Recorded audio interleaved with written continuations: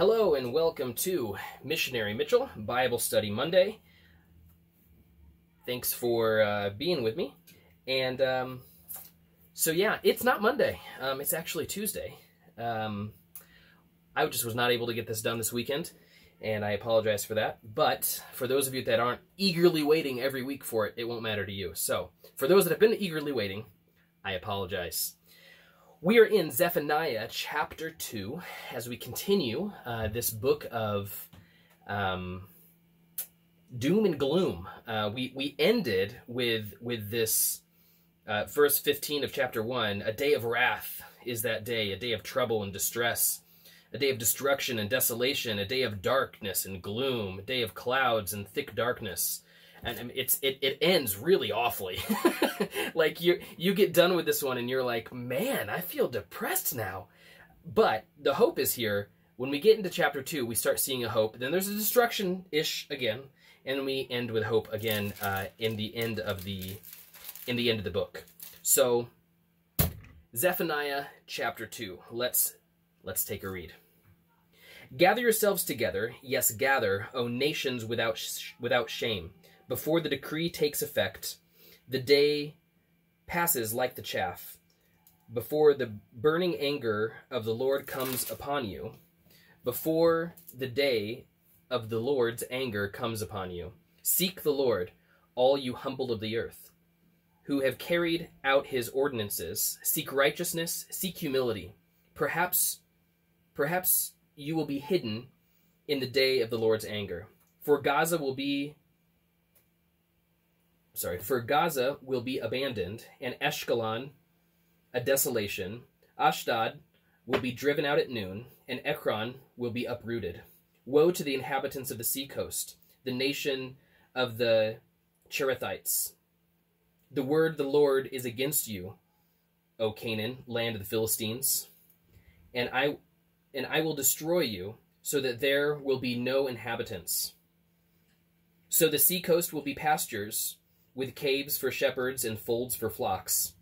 And the coast will be for the remnant of the house of Judah. They will pasture on it. In the house of Ashkelon they will lie down. In the houses of Ashkelon they will lie down at evening, for the Lord their God will care for them and restore their fortunes. I have heard the taunting of Moab, and the reveling of the sons of Ammon, with which they have taunted my people, and become arrogant against their territory. Therefore, as I live, declares the Lord of hosts, the God of Israel, surely Moab will be like Sodom, and the sons of Ammon like Gomorrah. A place possessed by needles and salt pits, and a perpetual desolation. The remnant of my people will plunder them, and the remainder of my nation will inherit them. This they will have in return for their pride, because they have taunted and became arrogant against the people of the Lord of hosts. The Lord will be terrifying to them, for he will starve all the gods of the earth, and all the coastlands of the nation will bow down to him, everyone from his own place.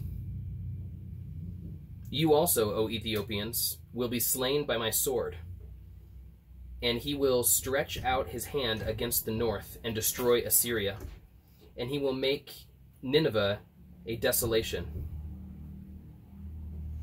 parched like the wilderness. Flocks will lie down in her midst, and beasts which range in herds, both the pelican and the hedgehog, will lie down in the tops of her pillars. Birds will sing in her windows. Desolation will be on her threshold, for he will be on the threshold, for he has laid bare the cedar work. This is the exultant city which dwells securely, who says in her heart, I am, and there is no one besides me. How she has become a desolation, a resting place for beasts. Everyone who passes her will hiss and wave their hand in contempt. Okay, so again, we have some we have some woes and some destruction and desolation and burning anger, and we see this in all of the prophets. Really, we see this imagery of the intense anger of the Lord.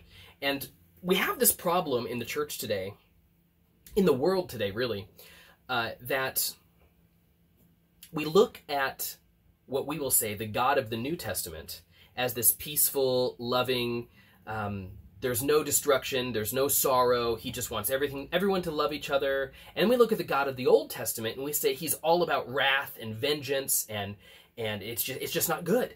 Right? This is how the world sees it, and this is one of the reasons why the church sometimes gets attacked, because the world, especially those who hate the church, right, will find passages in the Old Testament in particular and say, oh, so what, you believe this? And we'll say, oh, no, we don't believe that. God's a God of love. And, oh, so what you're saying is the Bible is not true, right? This is what we get. This is the picture that comes if we take this stance of there's a different God in the Old Testament and a new God in the New Testament. And unfortunately, we've allowed the world's judgment of the two different aspects of God, if you want to call it that, or as many will just say, the two different gods. They believe it's a whole different God in the New Testament than what we see in the Old Testament. And the problem with that is that God is unchanging. The Bible tells us that God is the same yesterday, today, and forever. So how is it that we have these passages, again, in particular in the prophetic books, that we see this imagery of desolation, destruction, doom and gloom, judgment? How do we balance this with what we see in the New Testament? We're going to talk about that later, but my point in bringing it up now is that the God of Zephaniah is no different than my God today. There's no difference between the Old Testament God and the New Testament God. There is not a distinction. What we see in the prophets, and I want to make this very clear, what we see in the prophets is God using the prophets to bring about repentance. He's warning them of what is going to happen. And so before you start talking about how, well, the Old Testament is like this and the New Testament's like this, I encourage you to read Revelation. There's a lot of doom and gloom in Revelation. Why? Because Revelation is a prophetic book about what is going to happen in the end. And the same is true about these prophetic books. Right? As I said before, Zephaniah in particular has a twofold prophecy. The first part of it is in the immediate future of Judah, and the second part of it is in the lasting, the second coming of the Lord. So they're not quite the same. So, I mean, it's not that they're not quite the same. It's that they are. The prophecy is worded in a way that has a immediate effect and a lasting effect. An immediate and in the second coming. So we can go back and forth on it. And in this one right now, in chapter 2, he is specifying several things specifically against the people of this time, right? Chapter 2 is very much part of the prophecy of the people of Judah during the time of Zephaniah. In chapter 1, we see quite a bit of talking about the ultimate destruction. Chapter 2 gets back specifically to the immediate destruction of Judah and the surrounding nations, and then is going to end again with the eternal, or the final destruction of the world again. So we open up, gather yourselves together, yes, gather, O nations without shame. Nation without shame. You see, there was a problem in Judah during this time. Supposedly, they are a people of God. But there are people of God who don't seem to care about God, and those don't mix very well. They have no shame in who they had become. They have no shame in their adulterated religion, and that's a big problem. He talks about the day of the Lord that's going to come, and he says, "Be ready, before the day comes, before his anger, before his fiery anger. And in verse 3, seek the Lord, all you humble of the earth, who have carried out his ordinances, seek righteousness, seek humility. So we get this, one whole chapter of doom, destruction, desolation, woe is you. We have a whole chapter of that. And then he opens chapter 2 with, now, do I have your attention? Do I have your attention now? Now that I have your attention, seek the Lord. Now that I have your attention, seek righteousness. Now that I have your attention, seek humility. Because if you don't seek these things, what I just talked about, those things right there, that's going to happen to you. And again, it is very much believed that Zephaniah had a very big impact on the reign of Josiah. Josiah listened to this. He chose to seek the Lord. He chose to seek humility, to seek righteousness. He chose to make a change in his life, and not only his life, in the kingdom that he in his kingdom. So what we can compare that to in our lives, he made changes where he had the authority to make a change. Now, he was the king, right? So he had authority to change everything. You at home, I'm assuming most of you are not kings. So you don't have necessarily the authority to change your nation. Perhaps you're not even maybe you're not even a mayor, or maybe you're not a politician. So you're like, well, what authority do I have? Well, it starts in your home. It starts in your home. If you want to have a great nation, you have to have great communities. If you want to have great communities, you have to have great families. If you want to have great families, you have to have great marriages. It all comes back to the home. It comes back to our personal decisions and how we choose to live. Are we going to live our lives individually? Are we going to live our lives in such a way that God is going to be praised? Are we going to live our lives in such a way that God is going to be glorified? Are we going to live our lives in such a way that we are seeking the goodness of God in every aspect that we can? Right? So again, let's make some comparisons to our world today. I don't care what your job is. Maybe you're you stock shelves at the store. Maybe you're a cashier. Maybe you're a bank, a bank teller. Maybe you're a butcher. Maybe I don't know what maybe you're a policeman. I don't know what you are. But in whatever area you're in, are you serving in your workplace in such a way that you are seeking righteousness? Are you serving in your workplace in such a way that you're seeking humility? As it mentions here, are you fulfilling your job in your workplace to where you are carrying out the ordinances of the Lord? You're doing what God says. Are you doing that? Because if you're not doing that, you need to stop blaming the politicians for what's going on in your community. You need to stop blaming everybody else for what's going on, because if you are not personally following the Lord in the area that he has called you to, right? So we all have an area in our life. We all have some type of a job. We have some type of relationship in our families, whether we're married or not. There are family aspects that are present in all of our lives. Are we doing these things in a way that is honoring to God, in a way that is seeking righteousness according to him? Now again, let me define righteousness. Righteousness is living right according to God. That is the literal definition of righteousness. Living right according to God. That's hard to do sometimes, because God has a lot to say about how we live. So if we're going to live right according to God, we got to know what God says. We've got to listen. So this can be for you as well. Josiah heard these words, and he made the decision that, you know what? Yeah, I have great authority in this kingdom, and I'm going to use my authority for what I control to bring myself and as many others under my authority as possible to the Lord. And that's what he did. How about you?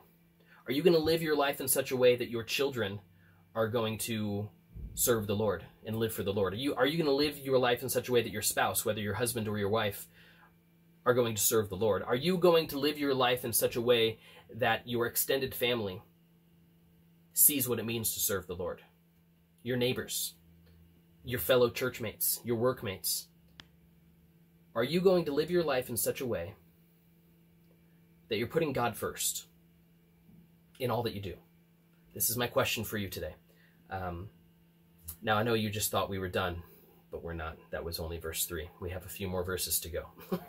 So getting into verse 4 now, we get into some more specifics that are, again, very specific to the time. These were the immediate prophetic words here. So he talks about a few different places. For Gaza has been abandoned, Ashkelon a desolation, Ashdod will be driven out at noon, Ekron will be uprooted, woe to the inhabitants of the seacoast, talks about the Philistines there. And so we go down and he's naming all of these places. Now there's some things that these places have in common. These places have in common a hatred for the people of God. Not only the people of God, but God himself as well. When we get to verse 8, I have heard the taunting of Moab and the reveling of the sons of Ammon, as they've taunted my people. They're arrogant against their territory. And then verse 9, therefore, as I live, declares the Lord. Now, you know that's a statement. That is a statement to pay attention to. As I live, declares the Lord. Surely Moab will be like Sodom, and the sons of Ammon like Gomorrah. And then he talks about there the type of destruction that's going to happen. We know what happened to Sodom and Gomorrah. And he is saying that these two places in particular are going to be a complete desolation. I'm going to fast forward and then rewind. So let me fast forward for a second here. In verse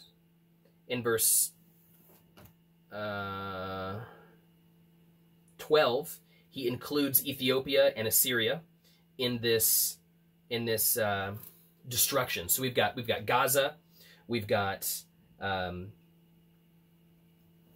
Ashkelon, Ekron, the Philistines, Philistia, Moab, Ammon,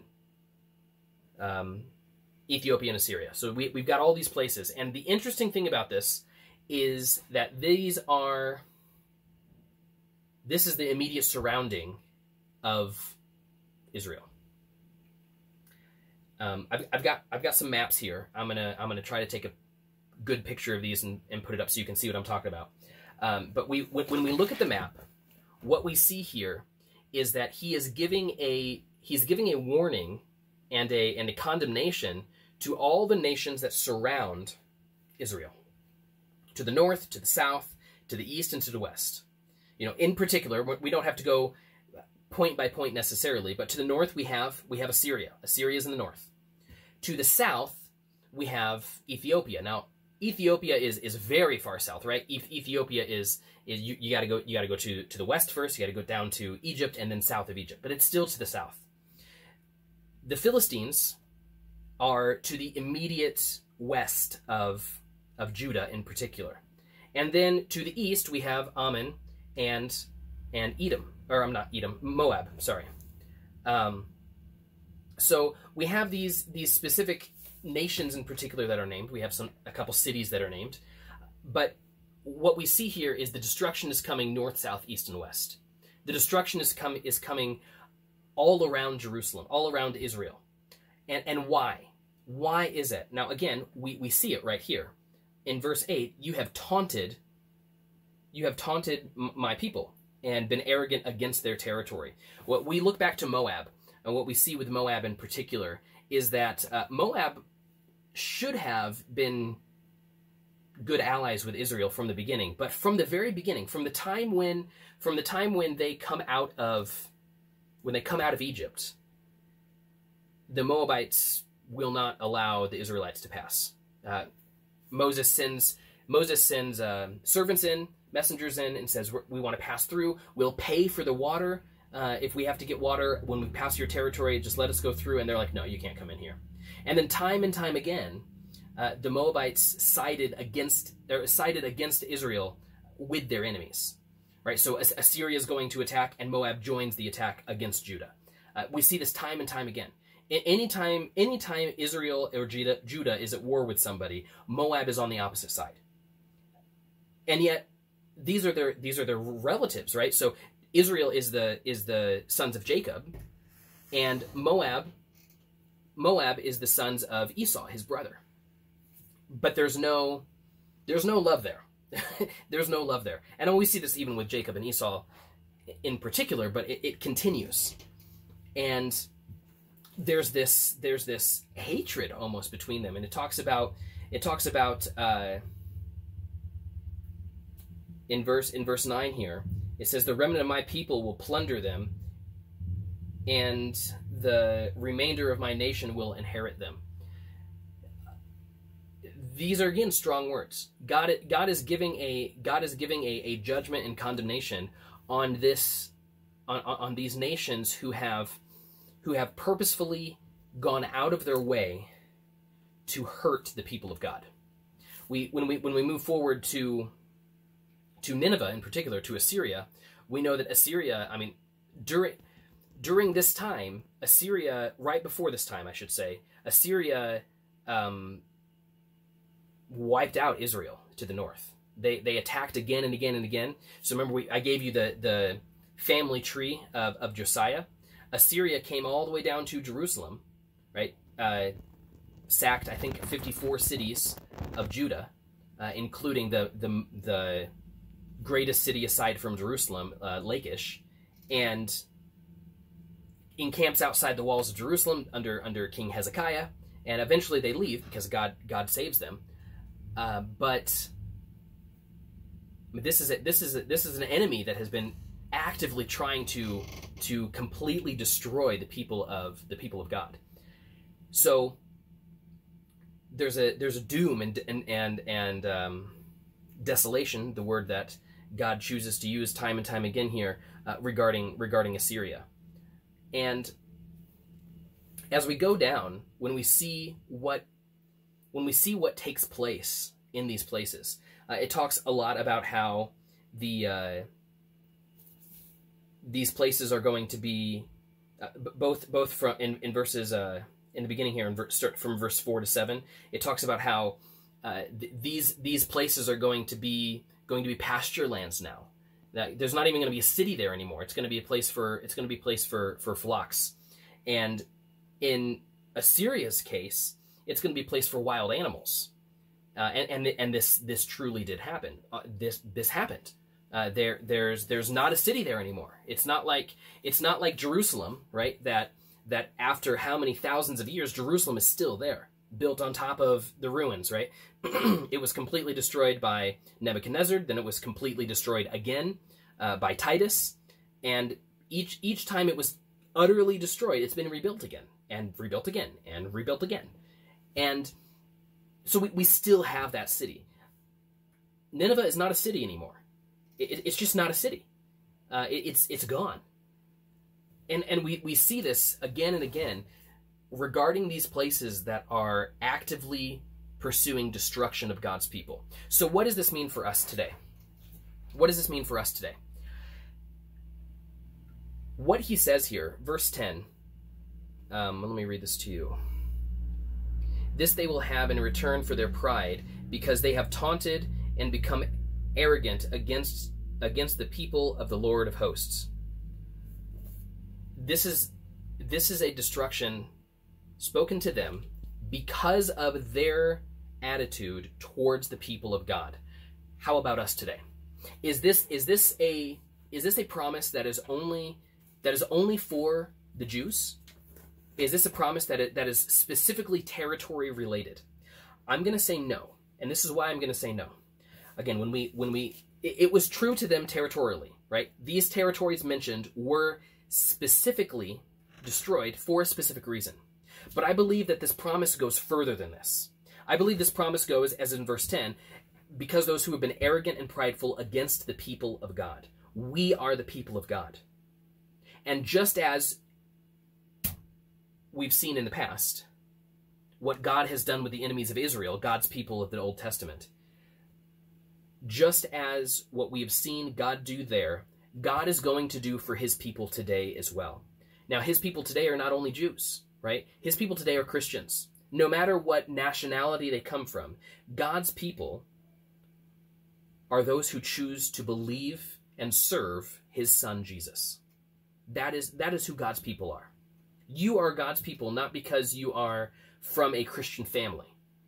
You are God's people not because you've gone to church. You're not God's people because you're American and Americans are Christians, or because you're Filipino and Filipinos are Christians, or because you're European and historically speaking, Europe has been seen as the bastion of the Christian faith. That is not what makes you a person of God. You are a person of God because you have specifically chosen to call on him. You have personally chosen to believe in him. Not just a belief in I believe that this is real, but a belief that is prompting you to action. Now, this is my difference between belief and faith. Faith prompts action. Belief, I can believe in something and never act on it, right? I can believe that gold is a great investment. Doesn't mean I'm going to buy gold. I don't have money to do that. I can believe that eating healthy food is good for me, but that doesn't mean I'm only going to do that or I'm going to do that. I can believe that if I jump out this window, I'm going to hurt myself, but that doesn't mean I'm going to do it, right? This is the difference here. You have chosen to have faith in God. Not just God as in the man up in the clouds, but God. God the Father, God his Son, Jesus Christ, and God the Holy Spirit. You have chosen that this triune God is God, and that you have chosen to serve him with your life. You've chosen to hand over your sins to him. You've chosen to live your life in a way that is proper according to his standards, right? What we were talking about before about righteousness. You have chosen him as your Savior, as your Lord, as your God. That is what makes you the people of God. Not where you're from, not what you wear, not how you talk, but your personal decision, your personal commitment to actively and earnestly seek him and follow him, however he says, and whatever that means for you. For me, to seek him and follow him meant to go to the Philippines. That might not be what he's calling you to do. But we can't say that, yes, you are my God, and by the way, I'm not going to do any of these things you tell me to do. That's not how it works. It's not how it works. If you have chosen to seek him, you've chosen to put him first. That means he is first. As we see in verse 3, I'm going to read this one again. Seek the Lord, all you humble of the earth, who carried out his ordinances. Seek righteousness, seek humility. Perhaps you will be hidden in the day of the Lord's anger. This thing here, perhaps you will be hidden in the day of the Lord's anger, goes again to the second coming of the Lord. Because we have no picture from the destruction of Jerusalem that people were spared specifically because of their faith. In particular, we see Daniel, Shadrach, Meshach, and Abednego, right? These are the four probably most famously faithful people of the time of the destruction of Jerusalem, and yet they were taken to exile. They were not hidden. Did they not seek the Lord enough? I don't think so. I don't think that's what has to do with that. I think this is a promise again to the second coming. The day of the Lord's anger is when he finally comes, destroys the world, brings his righteous to himself, and punishes those that are not his and sends them to hell. It's not a thing we like to talk about. It's not a thing that we're eager for, but it's the truth. That's what I believe this is talking about. So for you now, are you one that carries out the ordinances of the Lord? listens to him and does what he says? Are you one who seeks humility? We live in a world that idolizes pride. Do you seek righteousness? Perhaps you will be hidden if you do. Now, it's interesting. This is another thing that God does. And I believe that this is that God calls prophets this way for a reason. The name Zephaniah means the Lord hides. And he's talking about here that perhaps we'll be hidden in the day of the Lord. We see this time and time again. Malachi is the messenger, and it says the message, right? His name means messenger, and he is a messenger. We see this time and time again with many of the minor prophets in particular, that there's a play on words with their name and part of the message that God is using through them. And so it's interesting to me. But my question remains the same in this one. Are you one of God's people? Or are you like one of these nations around who has purposefully, intentionally tried to hurt the people of God? Perhaps you were like that in the past. Before Paul became Paul, he was Saul. And he purposefully went out of his way to hurt Christians. That's what he did. That's who he was. But then he had an encounter with the Lord. No matter what your past has been, no matter how bad you've been in the past, no matter what you are right now even, if you choose to put the Lord first in your life, from this moment forward, you are one of God's people, and you will be hidden in the day of the Lord's anger. You have a promise of eternity in heaven. The time will come when God will put that judgment on the people and nations who have hurt his people, who have actively been working against his people. That time will come. Make sure you are his before the day of the Lord's anger. Let's pray. Thank you, Lord, so much for this time we have to be together. Thank you for your words. Thank you for the opportunity to serve you. And we just pray, Lord, that you would give us the courage to put you first no matter what. Help us to seek you and seek righteousness. We love you and pray this in Jesus' name. Amen. Until next time, I'll talk to you later. Bye-bye.